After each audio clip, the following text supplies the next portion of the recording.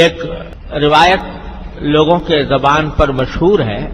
کہ اللہ تبارک و تعالی نے حضور اقدس صلی اللہ علیہ وسلم سے فرمایا کہ لولاک لما خلقت الافلاک،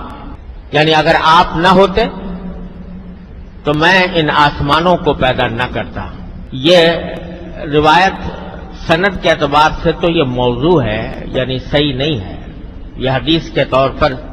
درست نہیں ہے، لیکن معنی کے اعتبار سے بالکل درست ہے۔ یعنی واقعتاً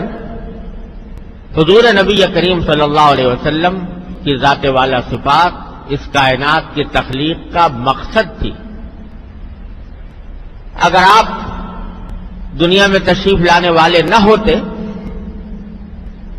تو اللہ یہ کائنات ہی پیدا نہ کرتا، نہ یہ زمین ہوتی، نہ یہ آسمان ہوتا، نہ یہ ہوائیں ہوتی، نہ یہ بادل ہوتے، نہ سمندر ہوتے، نہ یہ دریا ہوتے۔ تو اگر یوم پیدائش منانے کا کوئی تصور اسلام میں ہوتا تو سرکار دو عالم صلی اللہ علیہ وسلم کی یوم پیدائش سے بڑھ کر کوئی دن ایسا نہیں تھا جو اس کا مستحق ہوتا، لیکن کیونکہ تصور یہ نہیں ہے، اس واسطے حضرات صحابہ کرام کی پوری زندگی دیکھ لو رضی اللہ تعالیٰ عنہ اجمعین، وہ صحابہ کرام جو سرکار دو عالم صلی اللہ علیہ وسلم کے اتنے جانثار تھے کہ آپ کے منہ مبارک سے اگر تھوک بھی نکلتا تو زمین پر نہیں گرنے دیتے تھے، اپنے ہاتھ پر لے لیتے، اپنے جسم پر مل لیتے ہیں۔ ایسے عاشق، ایسے جانثار،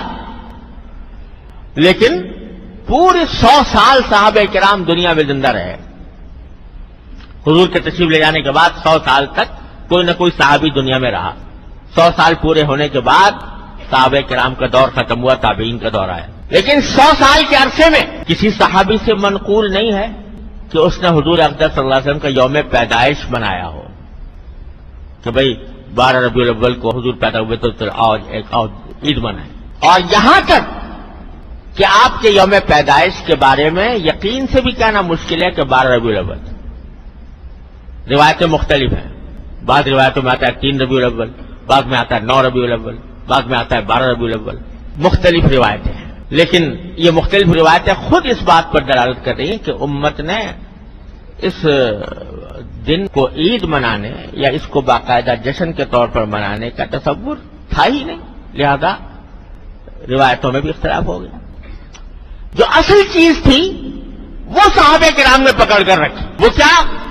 کہ حضور اقدس صلی اللہ علیہ وسلم دنیا میں اس لیے تشریف لائے تھے تاکہ دنیا کے سامنے ایک بہترین زندگی کا نمونہ پیش کریں، جیسا کہ میں نے ابھی آیت جو تلاوت کی کہ لقد کان لکم فی رسول اللہ اسوۃ حسنہ، خوب سمجھ لو کہ تمہارے لیے اللہ کے رسول کی زندگی میں ایک بہترین نمونہ ہے، یہ معنی ہے آیت کے، لقد کان لکم فی رسول اللہ اسوۃ حسنہ،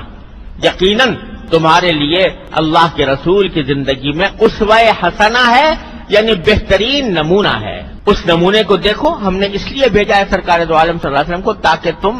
آپ کی زندگی کے نمونے کو دیکھو اور اپنی زندگی میں اس کو اپنانے کی کوشش کرو، اس کی اتباع کی کوشش کرو۔ یہ ہے مقصد آپ کو دنیا میں تشریف لانے کا۔ صحابہ کرام نے یہ حقیقت اس طرح اچھی طرح سمجھ لی تھی کہ کچھ ہو جائے لیکن سرکار دو عالم صلی اللہ علیہ وسلم کی سنت کی اتباع کو نہیں چھوڑیں گے۔ آپ کو اس دنیا میں بھیجا گیا تھا اس کام کے لیے، چنانچہ ان کا ہر روز کوئی دن خالی نہیں تھا جس میں رسول کریم صلی اللہ علیہ وسلم کی سیرت اور سنت کا بیان نہ ہو اور اس پر عمل کرنے کی کوشش نہ ہو۔ ان کا ہر لمحہ وہ اتباع سنت میں گزر رہا تھا، لہذا ان کو کوئی رسمی کارروائیاں کرنے کی ضرورت نہیں تھی کہ وہ رسمی کارروائی کر کے کوئی دن منائیں اور اس میں جلسے کریں اور اس میں خوشیاں منا کے چراغاں کریں۔ ان کے دل میں چراغاں ہو رہا تھا، ان کے دل میں تقویٰ کا چراغ روشن تھے، ان کے دل میں اتباع سنت کے چراغ روشن تھے، لہذا ان کو ان رسمی کارروائیوں کی کوئی ضرورت نہیں۔